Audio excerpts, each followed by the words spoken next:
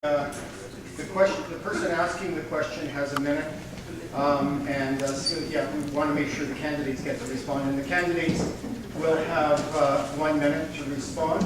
And let's continue the rotation, so we would begin with Debbie on this first question. And if you would state your name and then ask your question. My name is Jessie Luke. I look after my daughter at home. She's receiving home services. Anita is suffering right now with the provision. She has faulty equipment and unsafe equipment. And today I was advised, I've requested a chair, a recliner, and a hospital bed for her about a year ago. Today I was informed that I had to choose one of them, and they didn't have enough money. They didn't know how much they would allow me or whether they would. And so I'm wondering, why does Anita have to suffer like this?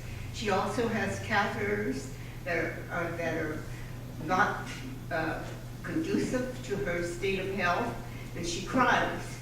She cries, and why would we change catheters at this stage for when the others were working? So, I guess I better talk fast. I could go on and on and on. She needs help, and she's not getting it, and I'm frustrated. Thank you for your question. We'll let the Can candidates. I just ask a qualifier? Can I ask how old she is? She's 51, and because she can't speak, I'm her advocate. Thank you very much for your question. Debbie. And we'll go, again, each candidate has a minute.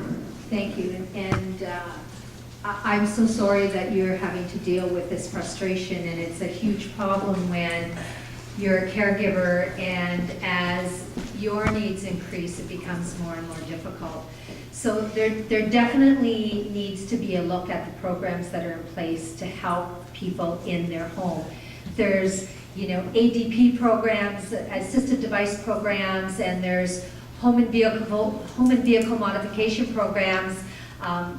The assistive device program is often limited by age, and that's a problem. That's absolutely a problem, because if somebody is incontinent when they're 18, they're still going to be incontinent when they're 19, and so there needs to be some bridging of that. So looking at those kinds of supports to help you, help her stay in your home, because I'm sure that she would rather be with you than any place else. And for you and your health, you need to make sure that you have the support. So really having a good view of the programs that have to be available are part of that whole continuum of support that I talked about earlier, making sure that she gets and you get what you need when you need it at the time you need it.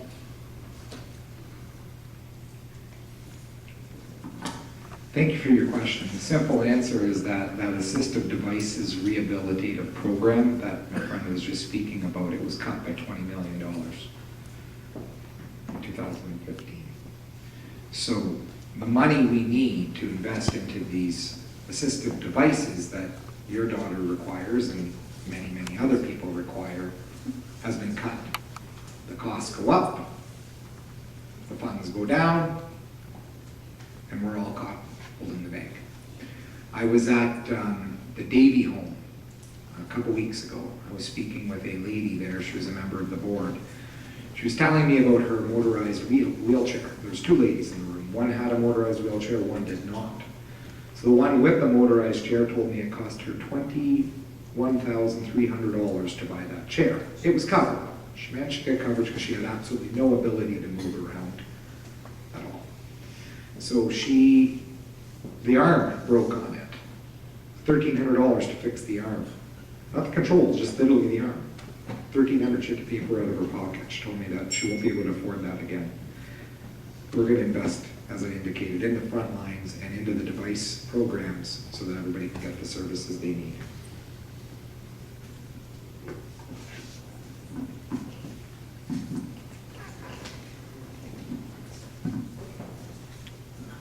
I have no words for the troubles that you're experiencing, and it doesn't seem fair at all. And so that is a problem with our healthcare system, that it's not providing the health care and support that people need. I also don't know very much at all about that program, and so I really can't speak to it, but that I don't agree that you should be experiencing that problem.